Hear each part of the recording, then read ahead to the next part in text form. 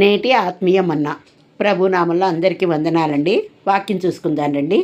యెషయా గ్రంథం 41వ అధ్యాయము 9-10 వచనములు. భూదిగంతముల నుండి నేను పట్టుకొని దాని కొనల నుండి పిలుచుకొనిన వాడా, నీవు నా దాసుడవనియు నేను నిన్ను ఉపేక్షింపక ఏర్పరచుకుంటుననియు నేను నీతో చెప్పియున్నాను. నీకు తోడై ఉన్నాను, భయపడకుము, నేను నీ దేవుడనై ఉన్నాను. దిగులు పడకుము, నేను నిన్ను బలపరుతును, నీకు సహాయము చేయువాడను నేనే. నీతి అను నా దక్షిణ హస్తముతో నిన్ను ఆదుకొందును. ఎంత గొప్ప వాక్యమో కదండి. ఎంత చక్కగా ప్రభువు తెలియచేస్తున్నారో కూడా కదా. భూదిగంతముల నుండి మనల్ని పట్టుకొని పిలుచుకొని ఏర్పరచుకున్నాడు, తోడై ఉన్నాడు. భయపడకు, దిగులు పడకని బలపరుస్తున్నాడు మన దేవాది దేవుడు.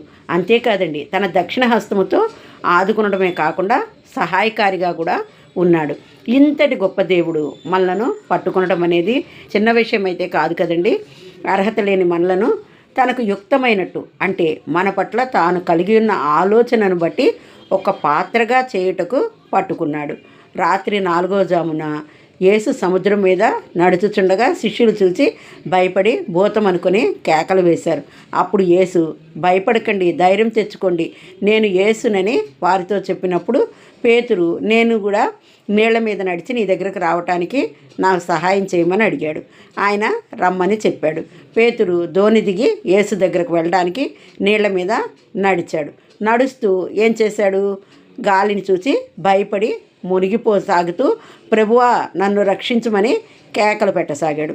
వెంటనే యేసు చేయి చాపి అతని పట్టుకొని, అల్పవిశ్వాసి, ఎందుకు సందేహపడితివని గద్దించారు. మన అల్పవిశ్వాసం వలన మనం ఆయనను అనుసరిస్తున్నాను కార్యములను చూడలేని వారముగాను పొందుకోలేని వారముగాను ఉంటాము. అందుకే మనం ఆయన యందు దృఢ విశ్వాసం కలిగిన వారమై మన చేతులను ఆయన చేతులలో ఉంచినట్లయితే ఆయన మనలను పట్టుకొని కాపాడుతాడు, ఆదుకుంటాడు, మనలను హత్తుకుంటాడు.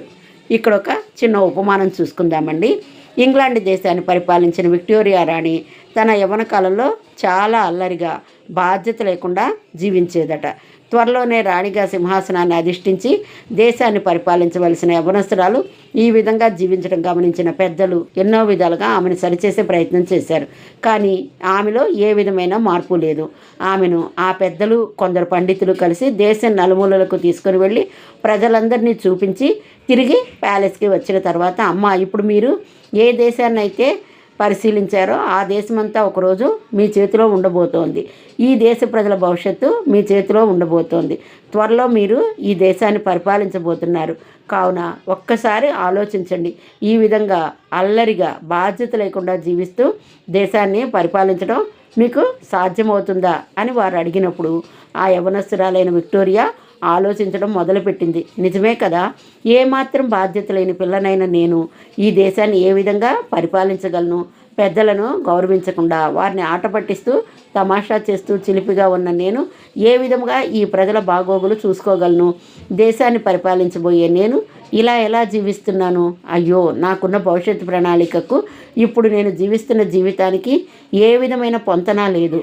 నా కోసం ఏర్పాటు చేయబడిన సింహాసనానికి తగిన జీవితం నేను ఇప్పటి నుంచే అలవర్చుకోవాలనే ఆలోచన ఆమెను పట్టుకున్నప్పుడు ఆమెలో వచ్చిన పరిపక్వతను చూసి ఆ పెద్దలు, పండితులు ఎంతగానో ఆశ్చర్యపోయారట.